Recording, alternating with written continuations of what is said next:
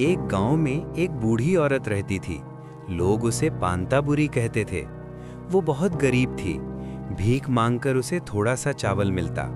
उन्हीं चावल को वो पकाकर भात खाती थी और बाकी चावल को सुबह खाने के लिए रात को पानी में भिगाकर रखती। हर दिन पांता भात खाती, इसलिए लोग उसे कहते थे पांता बुरी। और इस गांव में एक चोर रहता था। उसे भूरी की पंता भात की पता लग गया था। वो रोज भूरी के घर आकर चुपके से भूरी की पंता भात चुरा के खाता था। भूरी बहुत परेशान हो गई। भूरी ने सोचा, अब मैं राजा के पास शिकायत करने जाऊंगी। अगली सुबह भूरी राजमहल की तरफ चल पड़ी। रास्ते में उसे एक बेल मिला। बेल ने पूछा, भूरी भूरी कहाँ जा रही हो? राजा के पास जा रही हूँ। एक चोर रोज मेरा पंता भात चुरा लेता है, उसकी शिकायत करूंगी। वापस जाने के वक्त मुझे साथ ले जाना। ठीक है। थोड़ी दूर जाकर उसे एक शिंगी मछली मिली। मछली ने भूरी से पूछा, भूरी भूरी कहाँ जा रही हो? राजा के पास जा रही हूँ। एक चोर रोज मेरा पंता भात चुरा लेता है, उसकी शिकायत करूंगी। वापस जाने के वक्त मुझे साथ ले जाना। ठीक है। थोड़ी दूर जाकर उसे एक सुई मिला। सुई ने पूछा, भूरी भूरी कहाँ जा रही हो? राजा के पास जा रही हूँ।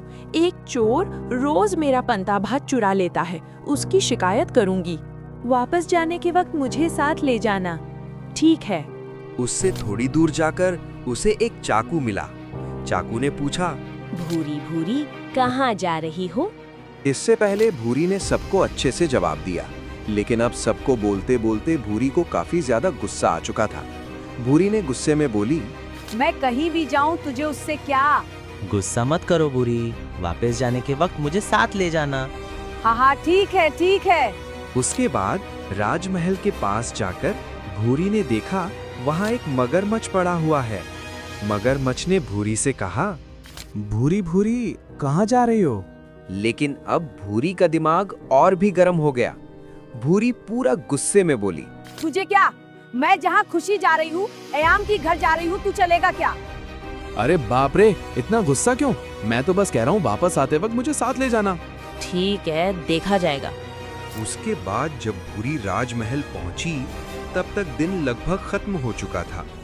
राजा से शिकायत करने का वक्त भी खत्म हो चुका था और राजा शिकार पर चले गए थे, इसलिए भूरी की शिकायत नहीं हो सका। वापस आते वक्त वो मगरमच्छ, चाकू, सुई, शिंगी मछली और बेल सबको साथ ले आई। शिंगी मछली बोली, मुझे पांता की हांडी में रखना। बेल बोला, मुझे आग के अंदर रखना। सुई बोला, मुझे दीवार में गाड़ देना। चाकू बोला, मुझे आंगन की घास में गाड़ देना। मगरमच्छ ने बोला, मुझे तालाब की घाट पर बांध देना। जिसका जो मन था भूरी ने सबको वैसे ही रख के सो गई। फिर रात को चोर हमेशा की तरह चोरी करने आया। जैसे ही उसने पंता की हांडी में हाथ डाला, शिंगी मछली ने जोर से काट लिया। चोर के हाथ में बहुत दर्द होने लगा, इसलिए चोर आग के पास हाथ सेकने गया। तब बेल फट गया। चोर पूरा अंधा हो गया था। चोर डर के मारे भागने लगा। दरवाजे पर पैर फिसलकर वो गिर पड़ा। फिर दीवार पर पकड़कर वो उठने लगा तो सुई हाथ में चुभ गई। उसके खून निकलकर पूरा शरीर लाल हो गया। फिर वो आंगन से भागने की कोशिश किया तो चाकू से उसके पैर कट गया। फिर वो खून धोने के लिए तालाब में गया, लेकिन तालाब पर उसे मगरमच्छ ने पकड़ लिया। मगरमच्छ चोर को पकड़ के चिल्लाने लगा, भूरी, मैंने चोर पकड़ लिया। भूरी ने शोर सुना और जाग के चोर को पकड़ा। चोर डर के मारे कांप रहा था। लोग जमा हो गए। चोर को बांधकर राजा के पास ले गए।